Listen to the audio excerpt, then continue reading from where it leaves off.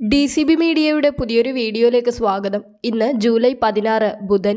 ഇന്നും തുടർന്നു വരുന്ന ദിവസങ്ങളിലും നിങ്ങൾ അറിഞ്ഞിരിക്കേണ്ട പ്രധാന വാർത്താ അപ്ഡേറ്റുകളാണ് ഷെയർ ചെയ്യുന്നത്. ചാനൽ ആദ്യമായി കാണുന്നവർ സബ്സ്ക്രൈബ് ചെയ്യുക. ആദ്യത്തെ അറിയിപ്പ്, ഇന്ന് കേരളത്തിൽ അതിശക്തമായ മഴയ്ക്ക് സാധ്യതയെന്ന് മുന്നറിയിപ്പ് എത്തിയിരിക്കുകയാണ്. എല്ലാ ജില്ലകളിലും മഴ മുന്നറിയിപ്പുണ്ട്.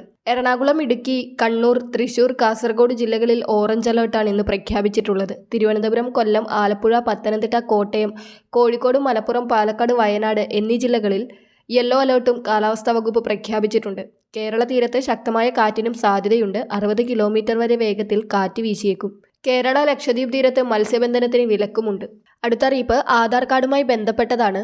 7 വയസ്സുള്ള കുട്ടികളുടെ ആധാർ കാർഡിലെ ബയോമെട്രിക് വിവരങ്ങൾ നിർബന്ധമായും പുതുക്കണമെന്ന് UIDAI അഥവാ unique identification authority of India നിർദ്ദേശിച്ചിരിക്കുകയാണ്. 5 വയസ്സ് മുതൽ 7 വയസ്സ് വരെ പ്രായമുള്ളവരുടെ ആധാർ വിവരങ്ങൾ മാതാപിതാക്കൾക്കോ രക്ഷിതാവിനോ സൗജന്യമായി പുതുക്കാൻ സാധിക്കും.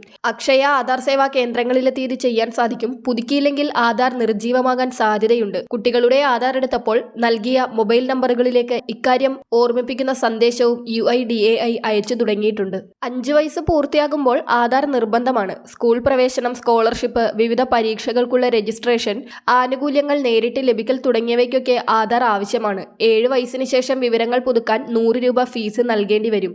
അതിനാൽ എല്ലാവരും ഇക്കാര്യം പ്രത്യേകം ശ്രദ്ധിക്കുക. അടുത്ത അറിയിപ്പ്, മിൽമ പാലിന്റെ വില തൽക്കാലം വർദ്ധിപ്പിക്കില്ല എന്ന വാർത്ത എത്തുകയാണ്. ഓണത്തിന് ശേഷമാകും വർധന വരാൻ സാധ്യത. വില വർധന പഠിച്ച് 1 മാസത്തിനകം റിപ്പോർട്ട് നൽകാൻ ഇന്നലെ ചേർന്ന ബോർഡ് ഓഫ് ഡയറക്ടേഴ്സ് യോഗം 5 അംഗ സമിതിയെ ചുമതലപ്പെടുത്തിയിട്ടുണ്ട്. ലിറ്ററിന് 4 രൂപ വരെ വർധന വരുത്തുവാനാണ് ആലോചന. ഓണത്തിന് മുൻപ് വില കൂട്ടിയാൽ കർണാടക, തമിഴ്നാട് എന്നിവിടങ്ങളിൽ നിന്ന് ഗുണനിലവാരം കുറഞ്ഞ പാൽ എത്തുമെന്ന് യോഗത്തിൽ അഭിപ്രായം ഉയർന്നു. ലിറ്ററിന് 10 രൂപ വർദ്ധിപ്പിക്കണമെന്നാണ് എറണാകുളം മേഖലാ യൂണിയനും നേരിയ വർധന മതിയെന്ന് തിരുവനന്തപുരം യൂണിയനും യോഗത്തിൽ അഭിപ്രായപ്പെട്ടത്. വില കൂട്ടുന്നതിൽ മലബാർ യൂണിയൻ പ്രതിനിധികൾ താൽപര്യം പ്രകടിപ്പിച്ചിരുന്നില്ല. അടുത്തറിയിപ്പ്, ഭൂമി പതിച്ചു നൽകുവാനുള്ള വരുമാന പരിധി 2.5 ലക്ഷം രൂപയാക്കി ഉയർത്തുമെന്ന് മന്ത്രി കെ രാജൻ അറിയിച്ചിരിക്കുകയാണ്. നിലവിൽ പട്ടയം നൽകുന്നതിനുള്ള വരുമാന പരിധി 1 ലക്ഷം രൂപയാണ്. റവന്യൂ വകുപ്പിന്റെ എല്ലാ സേവനങ്ങളും ഡിജിറ്റലാക്കും. കൂടാതെ സമ്പൂർണ്ണ റവന്യൂ റെക്കോർഡുകൾ ഒരു സ്ഥലത്ത് കേന്ദ്രീകരിക്കുന്ന റവന്യൂ ഡിജിറ്റൽ കാർഡ് നവംബറിൽ നിലവിൽ വരികയും ചെയ്യും. ഒരു വ്യക്തിയുടെ എല്ലാവിധ രേഖകളും ഉൾക്കൊള്ളിച്ചുള്ള ഡിജി ലോക്കറാണ് മറ്റൊരു പദ്ധതി. ഇതിലൂടെ സർട്ടിഫിക്കറ്റുകൾക്കുള്ള കാലതാമസം ഒഴിവാക്കാൻ കഴിയുമെന്നും മന്ത്രി അറിയിച്ചു. അടുത്ത അറിയിപ്പ്, ഇന്ന് സംസ്ഥാനത്ത് സ്വർണ്ണവിലയിൽ ഇടിവ് സംഭവിച്ചിരിക്കുകയാണ്. പവന് 360 രൂപയാണ് കുറഞ്ഞത്.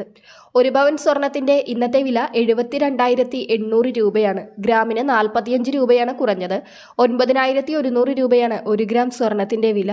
വളരെ പ്രധാനപ്പെട്ട ഈ വാർത്താ അപ്ഡേറ്റുകൾ മറ്റുള്ളവർക്ക് കൂടി ഷെയർ ചെയ്യുക.